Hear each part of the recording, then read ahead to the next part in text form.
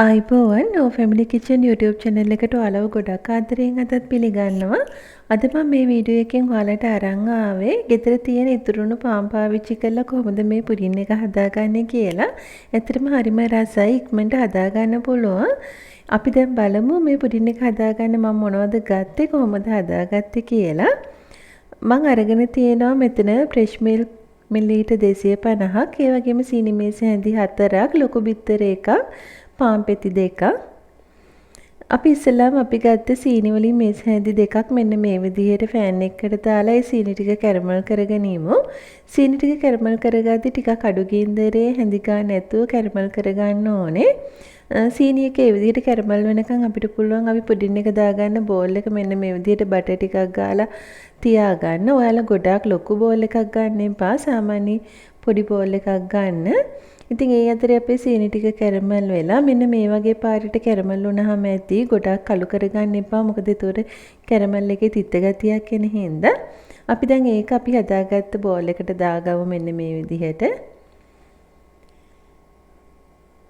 අපි දැන් කැරමල් එක පැත්තකින් තියාගෙන අපේ පුඩි මිශ්‍රණය ඉස්සෙල්ලාම හදාගමු.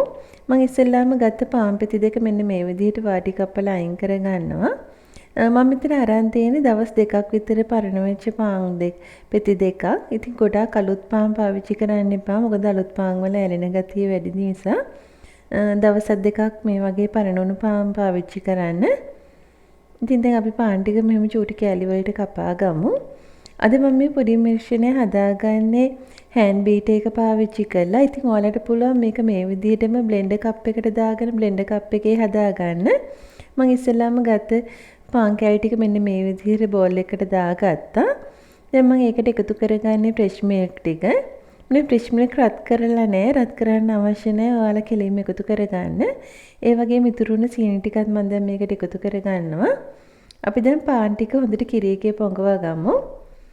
බ්ලෙන්ඩර් කප් එකේ හදා ගන්නවා නම් පාන් ටික පොඟවන්න අවශ්‍ය නැහැ. ඔයගොල්ලෝ අවශ්‍ය ද්‍රව්‍ය ටික ඔක්කොම කෙලින්ම බ්ලෙන්ඩර් කප් එකට දාලා බ්ලෙන්ඩ් කරලා ගන්න. දැන් මම ගත්ත බිත්තරෙත් මෙන්න මේ විදිහට ටිකක් ගස්සලා මෙන්න මේ විදිහට එකතු කරගන්නවා පාන් මිශ්‍රණයට. ඒ වගේම දැන් අපි මේකට වැනිලා චුට්ටකුත් එකතු කරගමු. වැනිලා තේ හැදි භාගයක් වගේ එකතු කරගත්තාම ඇති. දැන් මම හෑන්ඩ් බීටර් එකේ මෙන්න මේ විදිහට මිශ්‍රණය හදා ගන්නවා. අපිට මේ ප්‍රමාණයෙන් 3 දිනකට විතර සෑහෙන පුඩින් එකක් හදා ගන්න පුළුවන්. දැන් අපේ මිශ්‍රණය හොඳට කවලම් වෙලා තියෙන්නේ. පාන් කෑලි ටික හොඳට කිරිත් එක්ක කුඩු වෙලාම තියෙනවා. දැන් අපි හදාගත්ත මිශ්‍රණය අපි කලින් කැරමල් එක දාගත්ත බෝල් එකට මෙන්න මේ විදිහට පෙරලා දාගමු. ලොකු කෑලි තියෙනවා නම් ඒ ටික අපිට මෙන්න මේ විදිහට අයින් කරගන්න පුළුවන්. ඇත්තටම හෑන්ඩ් බීටර් එක පාවිච්චි කරපු හින්දා මගේ නම් කෑලි ඉතුරුුනේ නැහැ ලොකුවට. දැන් අපි මේක තඹ ගන්න ඕනේ වාෂ්පෙන්. මම ගත්ත භාජනය නම් මෙන්න මේ විදිහට පියන තියෙනවා. ඔයාලට පියන නැති භාජනයක් නම් හොඳට ඒක කවර් කරගන්න. මම විනාඩි 40ක් මෙන්න මේ විදිහට පුඩින් එක තඹ ගත්තා. මම ලොකු භාජනයක කූලින් රැක් එකක් තියලා ඒක උඩ පුඩින් තප්පු භාජනය තියලා තමයි තඹ ගත්තේ. ඔයාලට ස්ටීමර් එකේ වගේ තඹ ගන්නත් පුළුවන්. ඉතින් අපි දැන් මේක චුට්ටක් රස්ට් එක තියනකන් තියලා ෆ්‍රිජ් එකේ සාමාන්‍ය කොටසේ පැය දෙකක් විතර තියලා ගන්න ඕනේ. මම මේ පැය දෙකකට විතර පස්සේ ෆ්‍රිජ් එකෙන් ගත්ත මිශ්‍රණ පුඩින් එක තමයි මේ තියෙන්නේ.